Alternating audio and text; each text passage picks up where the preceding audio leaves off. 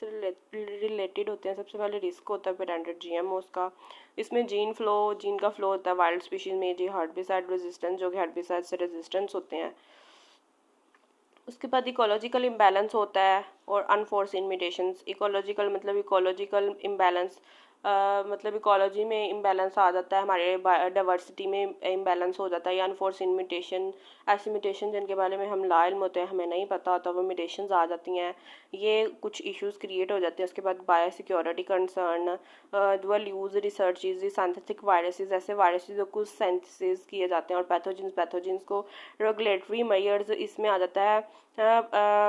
Cartagena protocol on biosafety, risk assessment before release और commercialisation, natural biosafety framework, India's DBT, Europeans, AFSA, USFDA and UPA, ये कुछ regulatory measures हैं, इनके बारे में हम फर्दर स्टडी करेंगे। उसके बाद है बायोएथिकल प्रिंसिपल। जो बायोएथिकल प्रिंसिपल, इसमें सबसे पहले ऑटोनॉमी आ जाती है। Autonomy, indigenous people and farmers में लूज मतलब right to traditional to knowledge, वो अपना राइट लॉस कर लेते हैं कि नॉलेज हासिल कर लें ट्रेडिशनली, ठीक है। उसके बाद जस्टिस, इंसाफ, पेशेंट में prioritise profit over equitable access like life saving drugs, उनको मतलब प्रायोरिटी दी जाए कि वो प्रॉफिट ओवर इक्विटेबल प्रॉफिट वो हासिल कर सकें। उसके बाद बेनिफिशंस, इनोवेशन शुड बेनिफिट सोसाइटी, जो इनोवेशन है वो सोसाइटी को बेनिफिट ज़रूर होना चाहिए उसका। उसके बाद हमारे पास है केस स्टडीज़। केस स्टडीज़ में सबसे पहली केस स्टडी ये थी कि ब्रेस्ट कैंसर जीन पेटेंट, जो कि मायरेट जेनेटिक्स को यूज़ करते हुए जो है वो पेटेंटिंग की जाती है उसकी।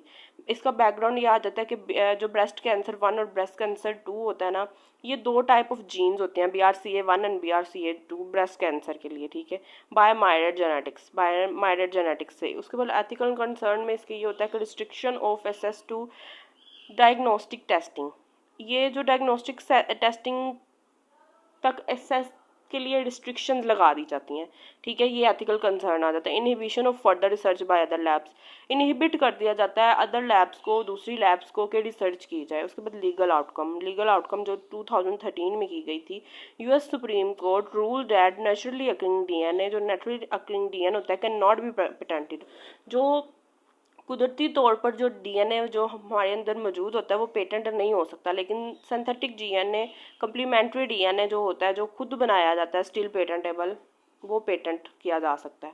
उसके बाद केस स्टडी 2, उसमें वो सैंटो एंड जीएमओ पेटेंट्स होते हैं। मोसैंटो और जीएमओ पेटेंट्स को जो है वो करवाया जाता है। ओवरव्यू उसका ये है कि Monsanto patented Roundup ready crop, ये राउंड अप रेडी क्रॉप ऐसी क्रॉप होती है जो ग्लाइकोफोसेट रेजिस्टेंस होती है, ठीक है। उसके बाद उसकी कंट्रोवर्सीज में आ जाता है सीड सेविंग बाय फार्मर्स, जो जो किसानों ने या फार्मर्स ने सेव कर ली होती है वो प्रोहिबिट कर दी जाती है। लीगल एक्शन अगेन फार्मर्स के अगेन लीगल एक्शन ले लिया जाता है फॉर इलीगल क्रॉस पॉलिनेशन, जो इलीगल क्रॉस पॉलिनेशन कराते हैं, ठीक है।